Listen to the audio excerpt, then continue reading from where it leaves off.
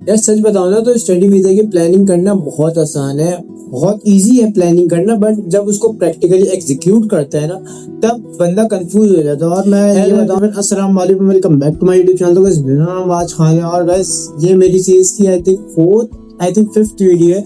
मुझे एपिसोड याद नहीं है कौन सी वीडियो है मेरी ये, तो देख लेना। ये मेरी फोर्थ या फिफ्थ वीडियो होगी। अगर तुमने इसकी प्रीवियस वीडियोस नहीं देखी है तो जाके ज़रूर चेकआउट करना, क्योंकि वो तुम्हारे लिए बहुत ज़्यादा इम्पोर्टेंट हो सकती हैं।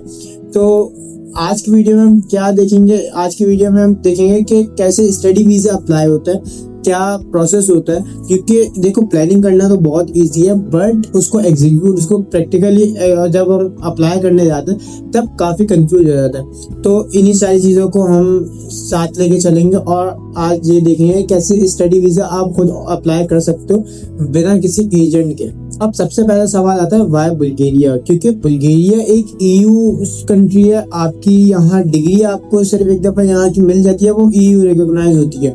मतलब यहाँ की डिग्री से आप किसी भी कंट्री मूव हो सकते हो, यहाँ तक कि जर्मनी, फ्रांस, इटली, किसी भी कंट्री में मूव हो सकते हो। और इवन आप कनाडा जाने भी आसान होता है अगर आपके पास बुल्गारिया की डिग्री है, क्योंकि ये ईयू रिकॉग्नाइज डिग्री है। आपकी इस डिग्री की वर्थ बहुत ज़्यादा है। और सबसे अच्छी बात, यहाँ का जो एडमिशन प्रोसेस है वो ओवर कॉम्प्लिकेटेड भी नहीं है, जो कि आप अप्लाई नहीं कर सकते। एक आम बंदा अप्लाई कर सकता है और उसको आराम से ट्रैक भी कर सकता है। अब बात करते हैं डॉक्यूमेंटेशन प्रिपरेशन की। जो डॉक्यूमेंट्स रिक्वायर्ड होते हैं ना, देखो इतने ज़्यादा इसके लिए डॉक्यूमेंट्स रिक्वायर्ड होते नहीं है। जस्ट आपके बेसिक डॉक्यूमेंट्स होता है, आपके मैट्रिक और इंटरमीडिएट के मार्कशीट, आपकी ट्रांसक्रिप्ट जो होती है, और आपको उसके साथ अपना पासपोर्ट लगाना होता है, जो कि आपका वैलिड पासपोर्ट हो। और 6 मंथ का भी वैलिड आपका चल सकता है, बट अगर अच्छा हो कि आपका साल या 2 साल तक वैलिड हो पासपोर्ट, तो तब आप जाके अप्लाई करवाना। या तो आप न्यू एक अपना पासपोर्ट अप्लाई करवाओ, उससे अपना वीजा अप्लाई करो। थर्ड आपका आ जाता है पुलिस क्लियरेंस सर्टिफिकेट। आप पे अगर देखो कोई केस हुआ, कोई भी केस हुआ, इसलिए कहते हैं आप लोग को के चालान भर दिया करो। आप पे अगर केस हुआ ना तो आपका वीजा रिजेक्ट हो जाएगा। आपका फोर्थ डॉक्यूमेंट आता है आपके मेडिकल सर्टिफिकेट, के उन्हें ये बताना होता है कि हम देखो हेल्दी है, हम सेहतमंद है, हमें कोई बीमारी नहीं है। वो लोग कहते हैं कि तुम बीमार हो और हमारी कंट्री आ जाओ, हमारे हॉस्पिटल में तुम पड़े रहोगे।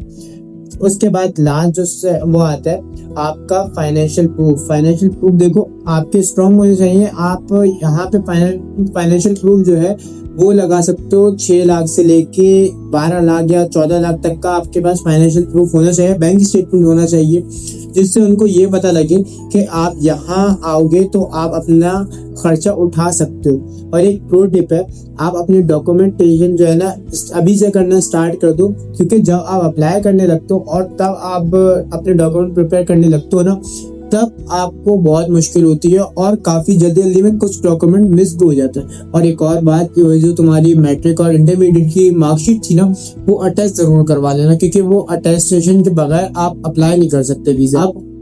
अब बात करते हैं कि अप्लाई कैसे करना है। फर्स्ट आपको अपनी डिजायर्ड यूनिवर्सिटी चूज करनी है कि अब आपको कौन सी यूनिवर्सिटी में जाना है। देखो सोफिया यूनिवर्सिटी है, प्लोवडिव है और वर्नर यूनिवर्सिटी, ये सारे टॉप यूनिवर्सिटीज हैं। आप इनको भी सिलेक्ट कर सकते हो या अपनी फील्ड के हिसाब से अपनी यूनिवर्सिटी सिलेक्ट कर सकते हो। उसके बाद आप खुद अप्लाई करो। मैं तो आपको रेकमेंड करूंगा आप खुद अप्लाई करो। अगर आपको नहीं आता तो आप मुझसे भी कांटेक्ट कर सकते हो।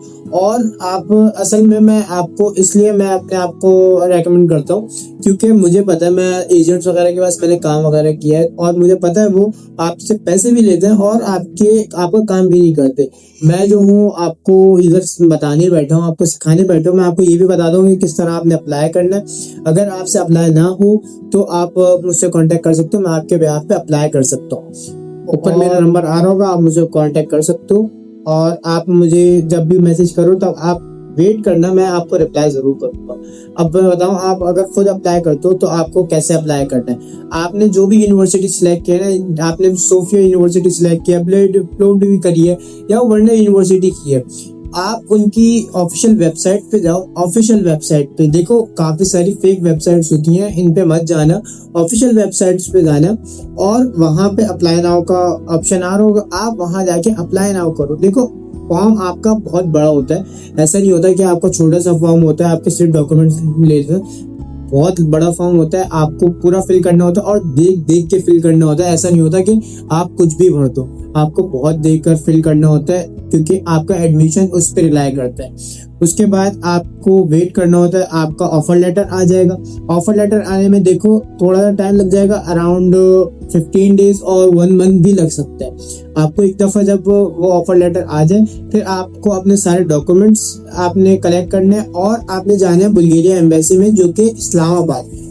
देखो वहां जाओगे, वहां जाके आपने अपना long term type D visa apply करना है। ये होता है I think long term study visa होता है, ये आप अप्लाई करोगे। और एक और आप देखो, जब भी तुम अप्लाई करते हो ना वीज़ा, तो ये याद रखना कि आपका वीज़ा आने में थोड़ा टाइम लगेगा। और ये नहीं है कि तुम्हारा वीज़ा नहीं आएगा, तुम जितनी जल्दी अप्लाई करोगे ना तुम्हारा वीज़ा उतनी जल्दी आएगा। ऐसा नहीं होगा कि तुम्हारी बिल्कुल डेडलाइन चल रही है, तुम्हारी अगस्त में सितंबर में क्लासेस स्टार्ट है और तुम अगस्त में तुम जाके अप्लाई कर रहे हो स्टडी वीज़ा। देखो इसमें थोड़ा टाइम लग जाता है। ऐसा नहीं होता कि जैसे इटली की आपको अपॉइंटमेंट नहीं मिलती, आपको दूसरे कंट्रीज की अपॉइंटमेंट नहीं मिलती ना। काफ़ी स्टूडेंट मेरे पास ये बोले कर आते हैं कंसर्न के यार इसकी अपॉइंटमेंट तो नहीं डिले होगी। देखो अपॉइंटमेंट डिले होती है, हर कंट्री की डिले होती है, ऐसा नहीं सिर्फ बुल्गारिया की होती है, हर कंट्री की होती है। बट बुल्गारिया आपको अपॉइंटमेंट दे देता अगर आपकी क्लासेस स्टार्ट होने लगती है ना। तो जितनी जल्दी आप अप्लाई कर सकते हो उतनी जल्दी करो और आपको जो है उसके बाद आपका वीज़ा जल्द से जल्द आपको मिल जाएगा। अब आता है आपका इंटरव्यू की बारी। जब इंटरव्यू होता है ना तो एक चीज़ याद रखना कि इंटरव्यू में कॉन्फिडेंट रहना है और तुमने बस अपने ये 2 सवाल याद रखना है कि वाई दिस कंट्री और वाई दैट यूनिवर्सिटी। ये आपने 2 क्वेश्चन आपने दिमाग में जब आपके क्लियर होंगे ना तो आपका इंटरव्यू सही हो जाएगा। आप कॉन्फिडेंट रहकर आपने आंसर देना। इतना कोई आपसे ज़्यादा लंबा चौड़ा इंटरव्यू होगा नहीं, जस्ट आपका सिंपल इंटरव्यू होगा और वो आपसे बस ये सवाल पूछेंगे, आप ये सवाल दे दोगे ना तो आपका इंटरव्यू पास हो जाएगा। और आपको वीज़ा ऑफिसर को जो है ना ये कन्विंस करना होता है कि आप वहाँ पढ़ने जा रहे हो, आप जेन्युइन स्टूडेंट हो, आप ये नहीं है कि आप वहाँ काम करने जा रहे हो। तो बस जब तक ये कन्विंस अगर नहीं कर सकते ना तो तब तक वीज़ा अप्लाई नहीं करना, क्योंकि आपका वीज़ा रिजेक्ट हो जाएगा, उल्टा आपका टाइम और पैसे दोनों वेस्ट होंगे।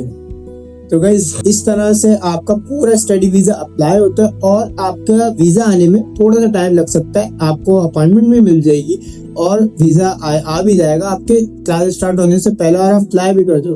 बट थोड़ा सा पेशेंस रखना। देखो ये अफोर्डेबल कंट्री है और आपको जो है ज़्यादा पैसे भी नहीं लग रहे, तो आपको थोड़ा सा मैनेज करना पड़ेगा और आप यूरोप पहुंच जाओगे।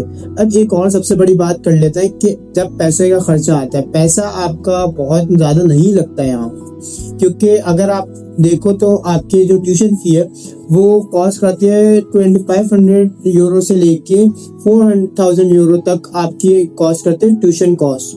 अब उसके बाद आपकी लिविंग कॉस्ट जो है ना वो ज़्यादा आपकी नहीं है, वहाँ पर है 150 यूरो से लेके 300 यूरो में आप मैनेज कर सकते हो। और अगर आप थोड़े से स्मार्ट हो तो आप इसको और कम में भी ला सकते हो, क्योंकि देखो खाने का खर्चा इतना नहीं है, आप उधर जाके मैनेज करोगे ना तो आपका कम खर्चा हो जाएगा। तो इस तरह अगर आप लगाओ ना इसको पाकिस्तानी रुपीज में तो आपका कॉस्ट करता है 8 से 10 लाख रुपए फर्स्ट ईयर आप रखो अपने पास, तो आपका आराम से पूरा साल निकल जाएगा। तो ये थी आज की कंप्लीट वीडियो। अगर वीडियो अच्छी लगी हो तो लाइक करना, शेयर करना और कमेंट में जरूर बताना कि आपको इस स्टडी प्लान का ये वाला रूट पता था, इस तरह से आप अप्लाई करोगे। आपको अगर कुछ भी नया पता चला हो तो आप मुझे कमेंट में ज़रूर बताना और मैं आपके कमेंट का जवाब दूंगा। अगर आपको कोई भी क्वेश्चन हो तो आप वो भी पूछ सकते हो, ये कमेंट बॉक्स आपका है। तो तब तक के लिए अपने भाई को इजाजत दो, अल्लाह हाफिज। और सब्सक्राइब करना मत भूलना, क्योंकि जैसे लास्ट वीडियोस मिस हो गई थी वरना आने वाली वीडियोस भी मिस हो जाएंगी। तो सब्सक्राइब कर लेना और बेल आइकन जरूर दबा।